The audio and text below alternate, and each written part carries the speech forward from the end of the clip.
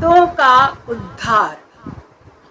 निर्गुण और निराकार प्रभु जो अपने भक्तों के उद्धार के लिए सगुण रूप धारण करके संसार में प्रकट होता है, उसे बारंबार प्रणाम है।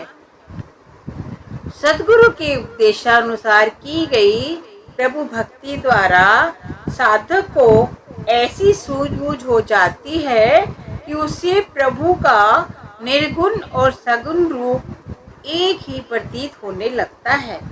पानी और बर्फ, धूप और सूर्य देखने में भिन्न भिन्न प्रतीत होते हैं, परंतु वास्तव में एक होते हैं। उसी प्रकार सतगुरु भी निर्गुण हरि के सगुण रूप होते हैं। ऐसे सद्गुरु की कृपा से साधक के सभी संदेह मिट जाते हैं। वे व्यर्थ के वाद विवाद में नहीं उलझता और उसे सहज अवस्था प्राप्त हो जाती है। जीव अपनी शक्ति और ज्ञान द्वारा उस सर्वशक्तिमान और सर्वज्ञ प्रभु को कभी प्राप्त नहीं कर सकता। इसीलिए वे निर्गुण निराकार प्रभु जीव की सहायता के लिए संसार में साकार रूप में प्रकट होता है। वे जीव के स्तर पर आकर उसके अंदर अपना प्रेम और विश्वास उत्पन्न करता है, उसे प्रभु भक्ति के सच्चे साधन का ज्ञान देता है और अपनी दया से उसे भक्ति में लगाकर अपना रूप बना लेता है। परमात्मा का कोई रूप, कोई विशेष नाम नहीं है। वे तीनों गुणों और 5 तत्वों से परे है। वे प्रभु प्रत्येक जीव के अंदर गुप्त रूप में विराजमान हैं। मनुष्य अपने ही अंदर खोज करके उस प्रभु के साथ मिलाप कर सकता है।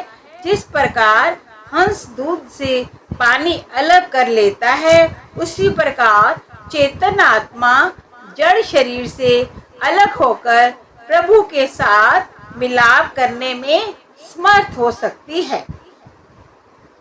वे प्रियतम घट घट में समाया हुआ है।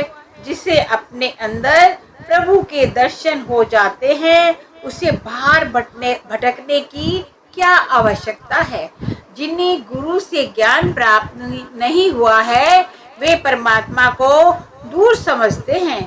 वे उसकी तलाश में बाहर भटकते हैं, जबकि वे सर्वव्यापक प्रभु उनके अपने अंतर में हैं। वे तीर्थ व्रत योग यज्ञ आदि अनेक प्रकार के बाह्यमुखी साधनों में फंसे रहते हैं। ऐसे नासमझ भाग्यहीन लोग प्रभु से मिलाप नहीं कर सकते। जो सद्गुरु के बख्शे ज्ञान द्वारा ध्यान को अंदर स्थिर कर लेते हैं, उनके ज्ञान नेत्र खुल जाते हैं। फिर उन्हें अंदर बाहर हर जीव में प्रभु व्याप्त दिखाई देता है। उन्हें मृत्यु लोक, स्वर्ग लोक, पाताल अर्थात हर जगह प्रभु का नूर दिखाई देता है। भाव ये है कि जो लोग दिव्य दृष्टि द्वारा अपने अंदर हरि के दर्शन कर लेते हैं, उन्हें हरि की सर्वव्यापकता का बोध हो जाता है, क्योंकि वे हाजिर नाजिर है। जीव को प्रेरणा देते हैं कि निसंदेह परमात्मा मन इंद्रियों के स्तर पर अलग, अगम और अखत है, परंतु आत्मा के स्तर पर उसके दर्शन कर पाना असंभव नहीं है। परमात्मा अकथनीय अवश्य है, परंतु उसके साथ मिलाप करना संभव है। जो व्यक्ति अपने ध्यान को अंतर में स्थिर कर लेता है, वे परमात्मा के साक्षात दर्शन करने में सफल हो जाता है।